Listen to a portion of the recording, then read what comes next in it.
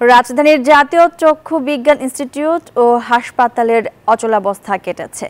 18 দিন বন্ধ থাকার পর পুরোপুরি চালু হয়েছে হাসপাতালটির সেবা কার্যক্রম। সকাল থেকে হাসপাতালটিতে এসেছেন চিকিৎসক, নার্স ও স্টাফরা।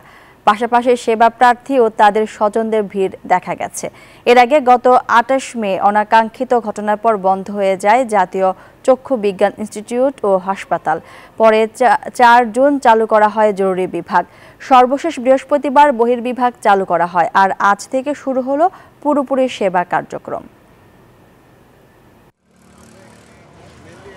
বহিরাগত কেউ যেন বিশৃঙ্খলা পরিস্থিতি তৈরি করতে না পারে সাধারণ রোগীর পাশাপাশি। তো এই বিষয়টি দেখার জন্যই আমরা এখানে বাহিরের নিরাপত্তাটি বাড়িয়েছি, কারণ এখানে পাবলিক অর্ডার ম্যানেজমেন্ট অবনতি হওয়ার একটা যথেষ্ট সুযোগ রয়েছে।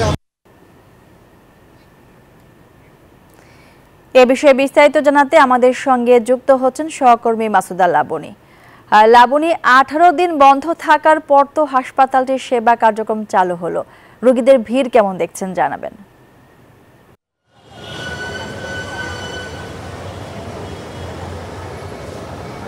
মনি, সকাল থেকে হাসপাতালে ভিড় ছিল, যদিও এখন বেলা বাড়ার সাথে সাথে কিছুটা কমে এসেছে এবং আইন শৃঙ্খলা বাহিনীর অতিরিক্ত সদস্য মোতায়েন রয়েছে। এর আগে পুলিশের তেজগাঁ বিভাগের ডিসি যিনি, তার সাথে আমরা কথা বলেছিলাম। তিনি যেটি বলেছেন যে তাদের কাছে এমন তথ্য আছে বাইরে থেকে কোনো একটি পক্ষ এসে বিশৃঙ্খলা সৃষ্টি করতে পারে, যার কারণে সকাল থেকে আইন শৃঙ্খলা বাহিনীর উপস্থিতি বাড়ানো হয়েছিল। এখন যদিও কিছুটা কমিয়ে নেওয়া হয়েছে। এছাড়া হাসপাতালের ভারপ্রাপ্ত পরিচালক তিনি কিছুক্ষণ পরে গণমাধ্যম কর্মীদের উদ্দেশ্যে ব্রিফ করবেন, তখন হয়তো বা আরও বিস্তারিত জানা যাবে। এছাড়া আজকে সকাল থেকে কিন্তু বহিরাগত যারা বহির্বিভাগে চিকিৎসা নিয়েছে সেই রোগীর সংখ্যা অনেক ছিল এবং তাদের সাথে রোগীদের সাথে আমরা কথা বলেছিলাম। এমন অনেকে আছেন যারা এর আগেও হাসপাতালে এসেছিলেন, বন্ধ থাকার কারণে চলে গেছেন, দূর দূরান্ত থেকে এসেছিলেন।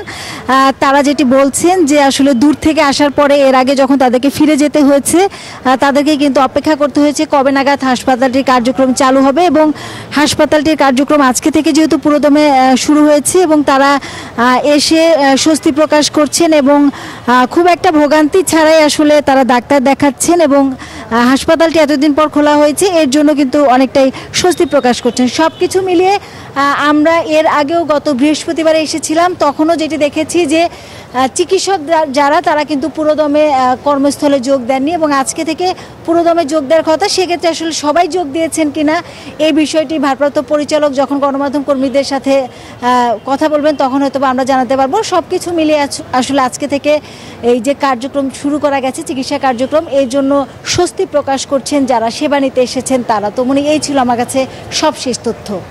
বান্ডেল থাকলে প্রতি সেনমানিতে টাকা বাঁচবে। বিকাশ সেনমানি বান্ডেল কিনে জিতুন প্রতি লেনদেনে।